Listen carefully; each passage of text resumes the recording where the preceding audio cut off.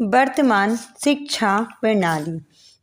वर्तमान शिक्षा प्रणाली दोषपूर्ण है, यह बात सभी स्वीकार करते हैं, किंतु बहुत कम राजनीतिक नेता अथवा बुद्धिजीवी शिक्षा प्रणाली में बदलाव लाने की दिशा में कुछ प्रयत्न कर रहे हैं। दोषपूर्ण शिक्षा प्रणाली की बदौलत आजकल युवाओं में बेरोजगारी बढ़ी है तथा युवाओं में मानसिक कुंठा तथा असंतोष पैदा हुआ है। वर्तमान शिक्षा प्रणाली की जड़ इतनी सुदृढ़ है कि इसे उखाड़ा जाना बहुत मुश्किल है। तत्कालीन केंद्रीय उच्च शिक्षा मंत्री श्री कृष्णचंद्र पंत के निर्देशन में नई शिक्षा नीति की घोषणा की गई थी। यह शिक्षा नीति को आमली जामा पहनाने की दिशा में कुछ नहीं किया गया।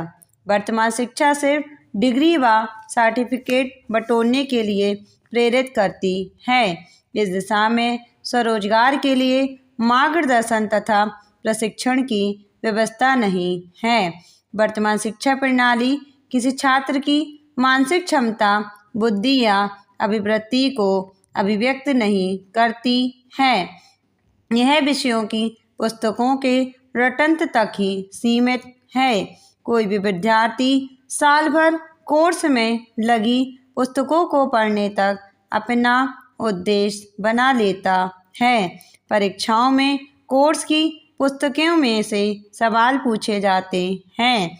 जो विद्यार्थी कोर्स में लगी पुस्तकों को कंठस्थ कर लेता है, वह परीक्षा में पूछे गए सवालों का जवाब भली भांति देने में सफल होता है।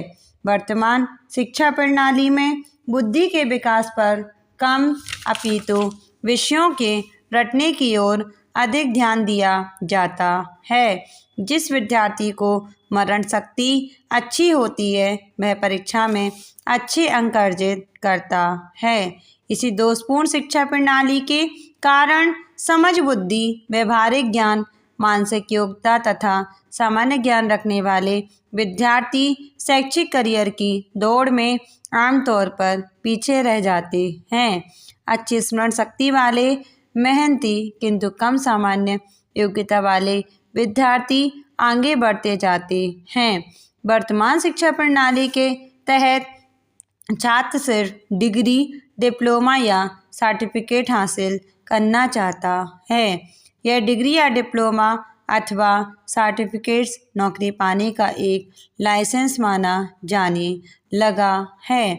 सरकारी नौकरियों में ऐसे विद्यार्थी चले जाते हैं जिन्हें व्यवहारिकता व सामान्य ज्ञान निम्न स्तर का होता है। जिन नौकरियों में मौलिक गुणों व रचनात्मकता की आवश्यकता होती है, वहाँ वे कुछ भी नहीं कर पाते। वे कठपुतलियों की तरह काम करते हैं। वे मरते खाते नौकरी को कर जाते हैं, किंतु समाज के लिए विशेष कुछ नहीं कर पाते। ऐसा विद्यार्थी सिर्फ पैसा अर्जित करने की मशीन बन जाता है। उसमें रचनात्मक गुणों व मौलिक योग्यताओं का पूर्णतः अभाव होता है।